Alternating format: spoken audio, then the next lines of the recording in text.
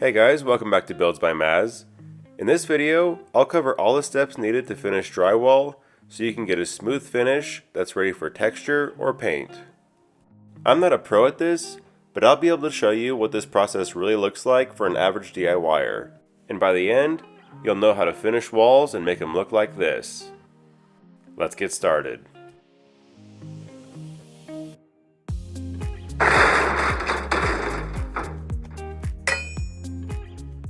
If you want to learn how to hang drywall, I have a video on my channel that covers that process in detail. But moving forward, here's everything you need to finish that drywall. We'll use two different joint compounds that are already pre-mixed to keep things easy. But you will need a drill mixer attachment that we're going to use on these compounds to remove air bubbles. Here's some standard drywall paper tape. Then we have our drywall knives. I use a 6 and a 12 inch. Some people also use a 10 or 14 inch, but I think you're okay with just these two, as well as a drywall mud pan. Then for the last step of the process, you'll want some of these sandpaper sheets, which are made to fit on this drywall pole sander. Additionally, you may need some small sanding blocks, and finally, make sure you have a good respirator. Now as I mentioned, we're going to use these two types of joint compound. We'll start with all-purpose because it has more adhesive, so I like it better for taping. And then we'll use +3 for final coats because it shrinks less and it's easier to sand. Now even though this is already pre-mixed and you don't need to add any water, we're still going to give it a good stir to remove any air bubbles and work it into a creamy consistency. This is kind of what you're looking for. You can load a little bit into your mud pan, and we'll start with the easiest thing, which is covering screw heads. For this, you'll want the 6-inch knife with a little bit of mud on the end. Now all you have to do is push the mud onto the wall in one direction, and you only need enough to cover the screw head, and then scrape it off the wall in the other direction. This is a fast and simple process, and you can get all your screws done pretty quickly. Now if you look here, you can still see the screw head even after I apply mud directly to it. If you run into this issue, what you'll need to do is drive the screw in just a little bit deeper. A half turn should do the trick. Then when you apply the mud, it'll be completely covering the screw head. Another trick is to apply mud to all the screw heads in a vertical line at once. This can be faster if you're good at it, but I'm not, so I stick to one at a time. Also, you can skip the screws that are next to the drywall joints. These will get covered when we tape up the seams, so I'm skipping these for now.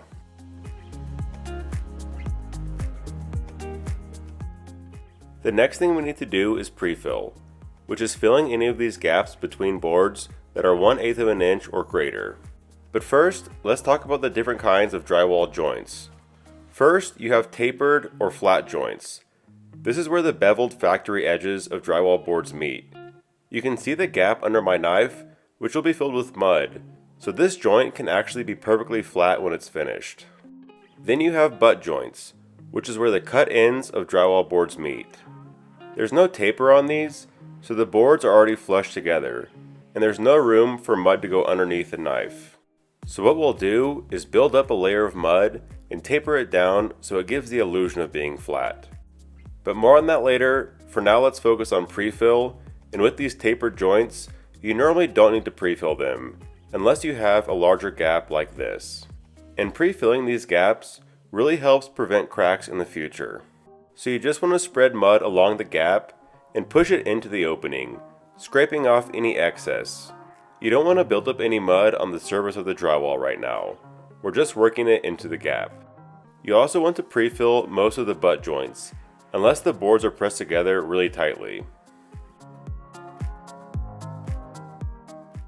Here's an example of a finished prefilled joint.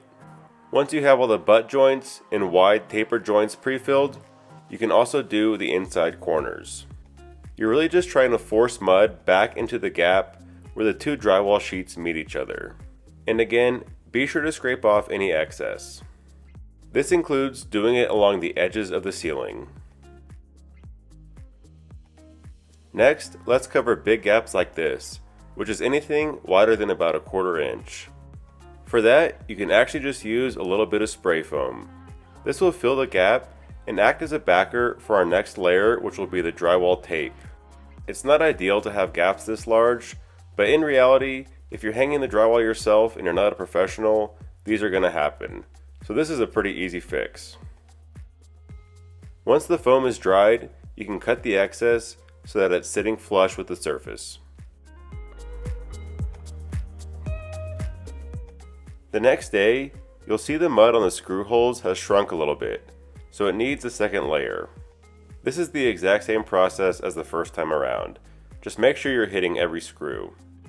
So with the prefill all dried, we can work on taping all the joints, and we're going to start with butt joints. For this, we're going to use our 6-inch knife again, and make sure you've got a pretty good amount of mud in your pan. So now we'll apply the mud to the joint, and then we can spread it out. I try to get it to about 1/8 of an inch thick, and make sure you spread it wide enough so both edges of the tape are within the boundaries of the mud. I always use just standard paper tape, and it's pretty simple to apply. Start at the top of your joint and press it lightly into your mud, working it all the way down to the other end of the joint. Then you can easily tear it by pressing your knife against the wall and ripping off the end. Then, starting from the middle, you can work your knife along the tape, pushing it lightly into the mud. And always double check there's no part of the tape that isn't touching mud, or it may bubble later. And this part was pretty close right here, but you can always add more mud behind the tape if you need to. Now just work the knife along the tape, giving more and more pressure with each pass. The goal is to fully embed the tape in the mud and squeeze out any excess. But you don't want to push so hard that there's no mud left behind. But you should be able to get the feel for things pretty quickly. So here's the process one more time. Apply your mud and then smooth it out until it's wider than the tape.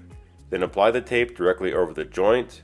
Smooth it out lightly from the middle, and then give it a few passes to squeeze out any excess and make sure the tape is fully embedded. With all the butt joints done, we can then do the tapered joints next. It's the exact same process, except this time we're working horizontally. You'll also notice there's no mud going on top of the tape. That'll come in the next step, and right now we're just focused on reinforcing the drywall joints. Also with these tapered joints, make sure there's still a gap when you're finished taping, so there's room for mud in the next step. And the reason I do butt joints first is because now the end of that tape is covered by the tapered joint tape.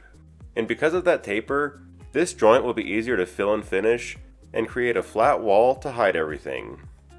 Next, we'll do inside corners, and it's the same process of applying and spreading the mud, but only half of the tape is going on each wall, so you don't need to spread the mud very wide. Paper tape has a pre-creased line down the middle, so you can easily fold it in half for exactly this purpose. Set the tape lightly in the mud, cut it to size, and then use your knife to push the middle all the way back into the corner. Then give it a few passes on both sides to remove any excess mud and embed the tape. You also don't have to do the whole wall at once, and for ceiling corners, I break it up into little sections.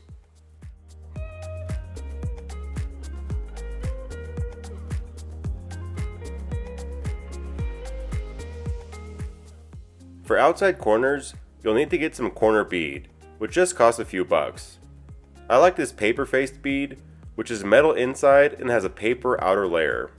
This can be easily cut to size with a pair of 10 snips. It's basically the same as the inside corners, except you'll want to apply the mud a little wider and a little thicker. With all the mud in place, you can apply the corner bead. I try to install it about a ½ inch from the ceiling and then give it a little slide upward. I find that this helps give it really good contact with the mud. I use my fingers for the first pass here, just so I can get a good feel of how much mud there is, and then I use the knife for the remaining passes. One thing to note is that the edge of this corner bead actually protrudes from this wall here, so it's kind of coming out like this. So if you hold your knife up to the edge, you'll see there's a gap between the corner and the wall, and we'll fill that with mud later. But for now, you just want to make sure the gap is about the same size on both sides of the corner. And I do the inside and outside corners last, because now you can see it's overlapping the tape from the previous joints, which I think makes it easier to hide everything in the next coat. So after a full 24 hours of drying, this is what it looks like, and we can move on to the next step. For the rest of this project, we're going to switch to this +3 joint compound. It shrinks a little less and is easier to sand, so it's ideal for these top coats.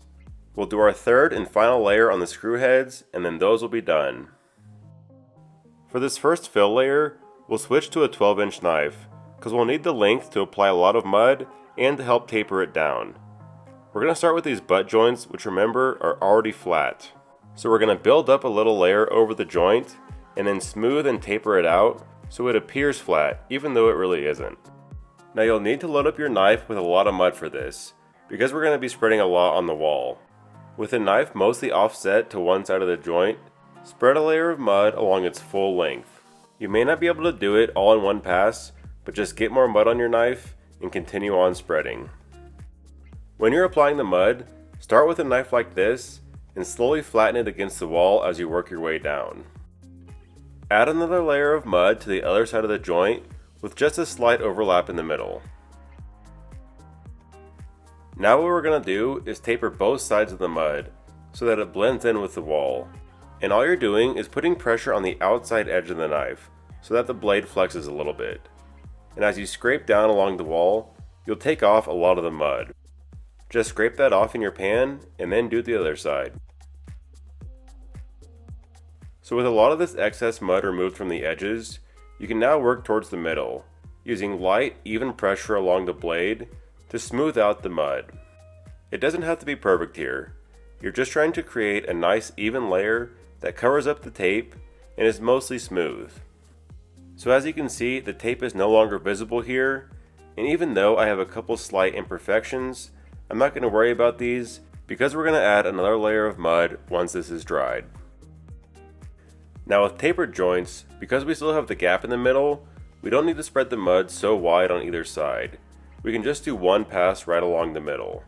But you still want to make sure it's about as wide as your blade, so go back and fill in any spots if you need to. Now just like before, we're going to taper both edges. This is important because it's going to drastically reduce the amount of sanding you have to do later, because it's already blending in the mud with the rest of the drywall. Once you've got it tapered, you can do a few passes along the middle to remove any excess mud and smooth things out.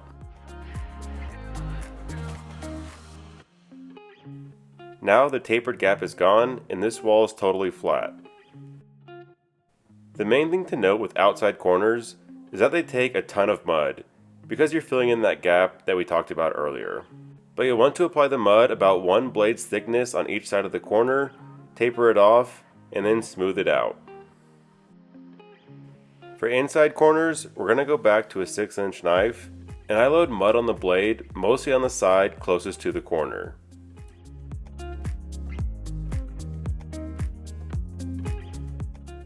Then you're just tapering the one edge and smoothing it out with a couple of light passes. The most important thing with inside corners is that you just do one side per day. So if I try to do this side while the mud is still wet, as I'm scraping down, the blade is just going to cut into the other wall and mess up the work you just did. And you'll end up going back and forth trying to make everything perfect at once. So just pick one side, do it properly, and then the next day when it's dry, it'll be much easier to do the other side. So here's how it all looks the next morning.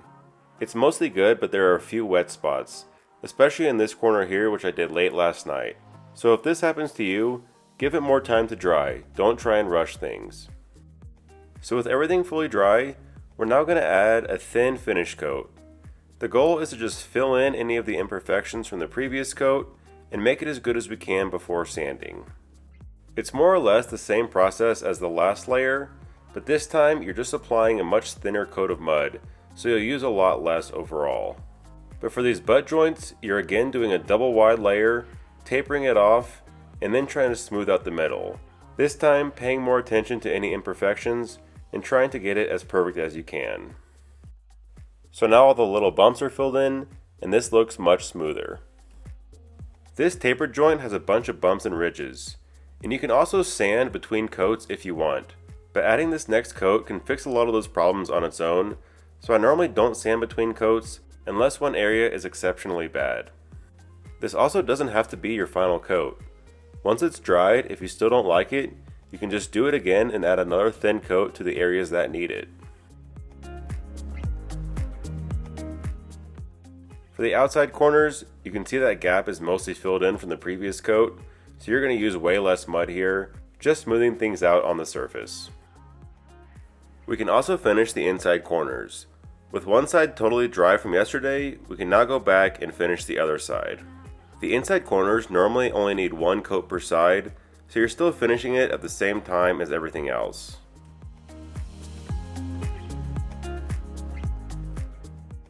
One general tip with the final coat is to try to avoid low spots like this. It's better to have high spots like this if you can't get it totally flat. That's because to smooth this out, you're going to have to sand everything around it. But with the high spot, you can just sand down this one strip, so it's a lot easier. The next day, with all the mud dry, we can move on to sanding, which is the last step to getting your walls totally smooth. For this, you'll need some sanding strips, and you can see these are made specifically for drywall. They attach to standard drywall sanding poles, which are great tools for making this job faster and easier. In general, you want to try and keep the end of the sandpaper at a little bit of an angle. This way, you're covering a wider area, and the sandpaper will stay against the wall without flipping over on you. You don't want to sand totally vertically like this, because you can end up sanding lines into the wall on the edges of the sandpaper. For the most part, this is all really smooth after that final coat, but you can see I have a little bit of a high spot here where it meets the wall, so I'm just going to sand that down in the direction of the high spot, working it until it blends in seamlessly. It's also helpful to have a portable light to help you see imperfections. I've got a little bit of a lift off here which is hard to see, but when I use a light, it becomes much more obvious. So I'll get that sanded down and then double check it again with the light.